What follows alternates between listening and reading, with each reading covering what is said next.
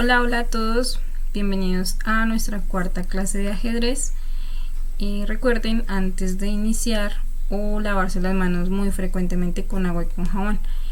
¿Qué vamos a ver en esta clase?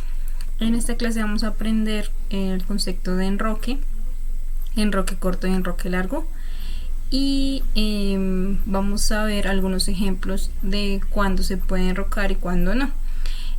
Antes de ello, entonces siempre tenemos un ejercicio previo de calentamiento. Para hoy les traje el rey de plomo.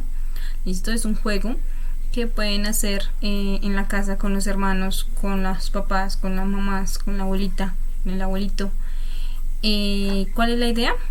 El rey de plomo se trata de jugar que un bando juegue sin la dama y el otro bando con la dama. El rey de plomo, entonces en este caso va a ser el rey blanco, y qué es lo que va a tratar de hacer el negro. Entonces el juego se trata de que el rey negro se puede mover con normalidad, en cambio el rey de plomo no. Él no se puede mover, y a cualquier jaque que no tenga como cubrirse con alguna pieza o capturar la pieza que le está dando el mate, entonces ganará la partida al negro. Es decir, en este juego no hay cabida para que el rey se mueva para algún lado. Esto en este caso el rey de plomo. Entonces algo que es muy particular para ganar este juego es amenazar el peón de F2. Por ejemplo, en vez de caballo C6 podemos jugar alfil C5.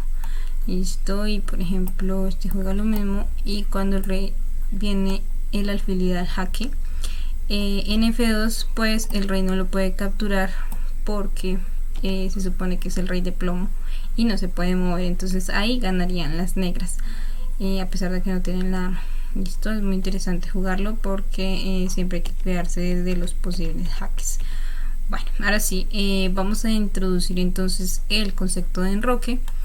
En ajedrez el enroque es una jugada conjunto que se hace con el rey y con la torre. Entonces vamos a ver por acá el enroque. Listo, entonces existe el enroque largo y existe el enroque corto.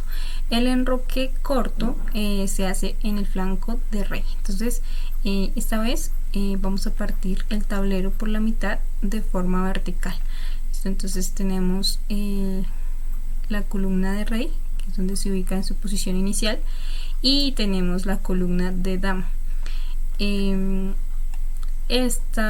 Desde la columna de dama hasta la columna de la torre, bueno, de la torre que se ubica en la columna A, denominamos este rectángulo A1, de 1, de 8 a 8, como el flanco de dama. Listo, y este otro flanco, este otro rectángulo, lo denominamos el flanco de rey. Listo, muy preciso para comprender cosas más adelante sobre estrategias.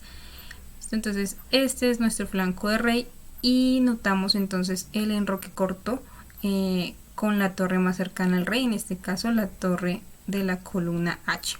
Listo, y la torre de la columna A8 entonces será la más lejana al rey, entonces ese se llamará el enroque largo.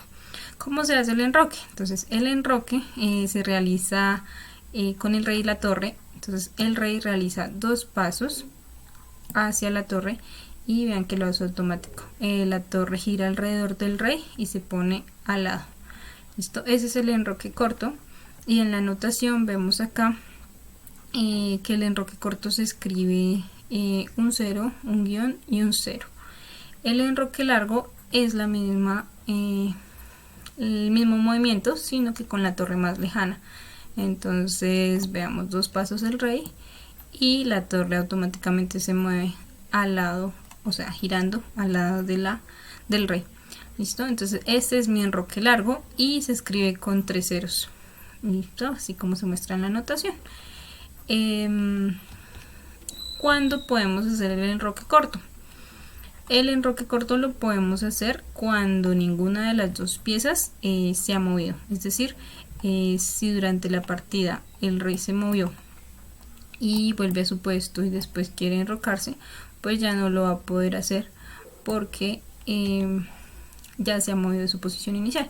Lo mismo si la torre se mueve y vuelve a su sitio, ya no se vale enrocarse, ¿vale?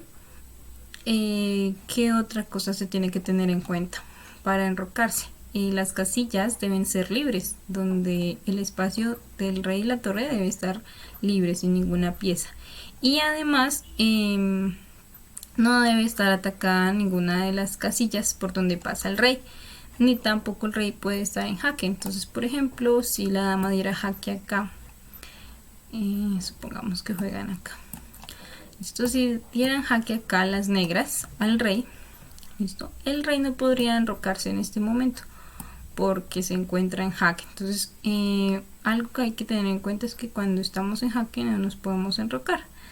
De igual forma, si por ejemplo quisiéramos enrocarnos largo en este momento con las negras, no podríamos hacerlo porque la casilla a donde llega el rey está siendo atacada por la dama.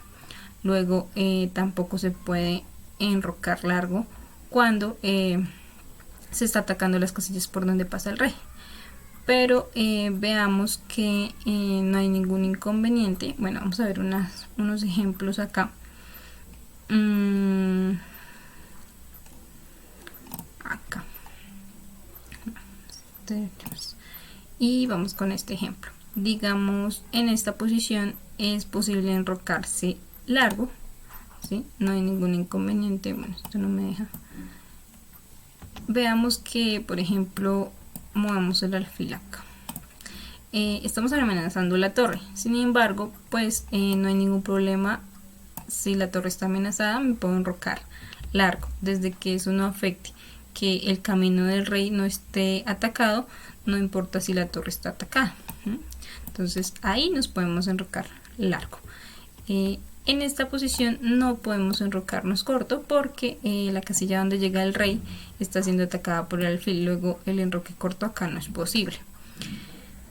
Otro ejemplo de las cosas que no se pueden hacer. Veamos este, por ejemplo, acá no hay problema en enrocarse corto. Bueno, le toca al blanco. Vamos acá a la dama.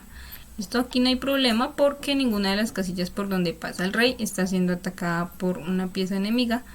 Luego no hay problema en enrocarse. No importa que la torre esté atacada. Otro ejemplo que podemos ver es acá. El rey está en jaque, luego el rey negro no se puede enrocar.